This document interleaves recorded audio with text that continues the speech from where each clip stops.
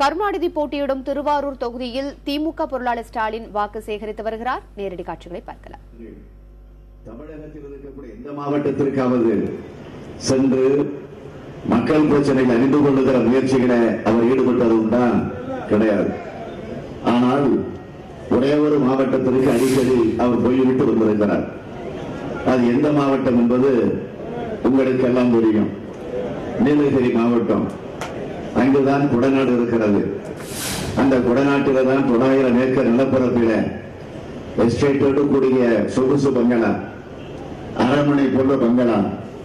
அவர் ஓய்வெடுக்க அடிக்கடி போய் வருகிறாரை தவிர இந்த நாட்டை பற்றி, மக்களை பற்றி, மக்களுக்கு இருக்கக்கூடிய பிரச்சனைகளை பற்றி அவர் கிஞ்சிற்றும் சிந்தித்து பார்த்தது கிடையாது. ஆனால் இன்றைக்கு உங்களை நாங்கள் எல்லாம் ஆதரவு கேட்க வந்திருக்கிறோம் என்று சொன்னால் உரிமையோடு வந்திருக்கிறோம். ஆட்சி பொறுப்பில் இருந்தாலும் இல்லை என்று சொன்னாலும் நாட்டை பற்றி, மக்களை பற்றி சிந்திக்கின்ற ஒரே தலைவர் நம்முடைய தலைவர் கலைஞர் என்பது நாட்டிற்கு நன்றாக தெரியும். இந்த மண் தலைவர் கலைஞருடைய சொந்த மண். கலைஞருக்கு சொந்த மண் என்று சொன்னால் எனக்கும் இது சொந்த மண் தான். அது எந்த மாறுபாடும் வேறுபாடும் இருக்க வாய்ப்பில்லை.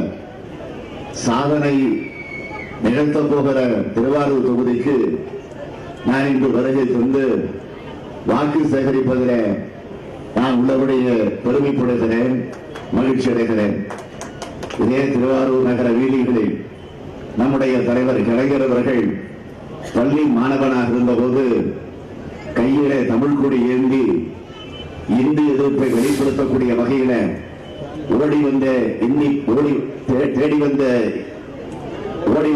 பெண்ணை தேடி வந்த கோழை உள்ள நாடி நல்லவே என்று போர்த்தரணி பாடி கையிலே தமிழ் கொடி ஏந்தி போர்த்தரணி பாடி இருக்கக்கூடிய இந்த திருவாரூர் மண்ணிலே தான் தலைவர் கலைஞர் அவர்கள் பிறந்திருக்கிறார் என்பது உங்களுக்கெல்லாம் நன்றாக தெரியும்.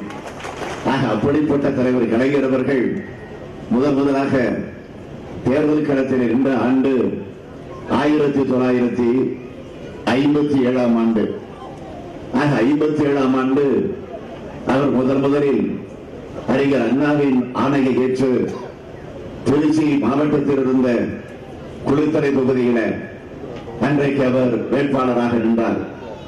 வேட்பாளராக நின்று அன்றைக்கு தன்னுடைய பிரச்சாரத்தை அங்கே அவர் நடத்தியிருக்கிறார்.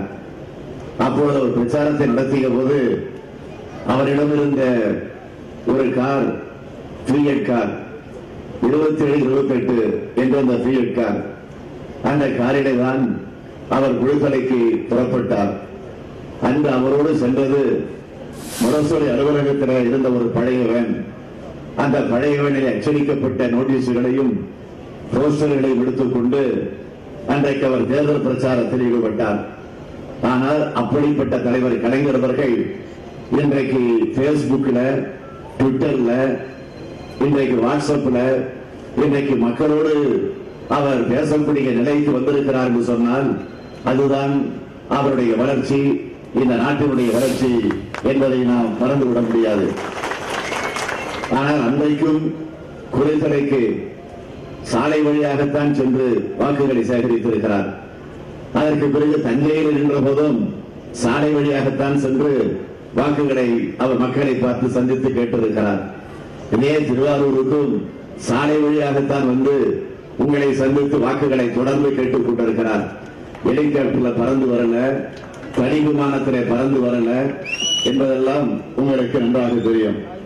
ஆக முதலில் தலைவர் கலைஞர் அவர்கள் விவசாயிகளுடைய பிரச்சனைகளை பற்றித்தான் சட்டமன்றத்தில் தன்னுடைய கன்னி பேச்சில அந்த அவைகளை எடுத்து பேசுகிற போது 57 ஆண்டு தன்னுடைய கன்னி பேச்சில பேசிய அந்த பேச்சை இன்றைக்கும் அவை குறிப்பில் இருந்து யாரும் அழித்திட முடியாது.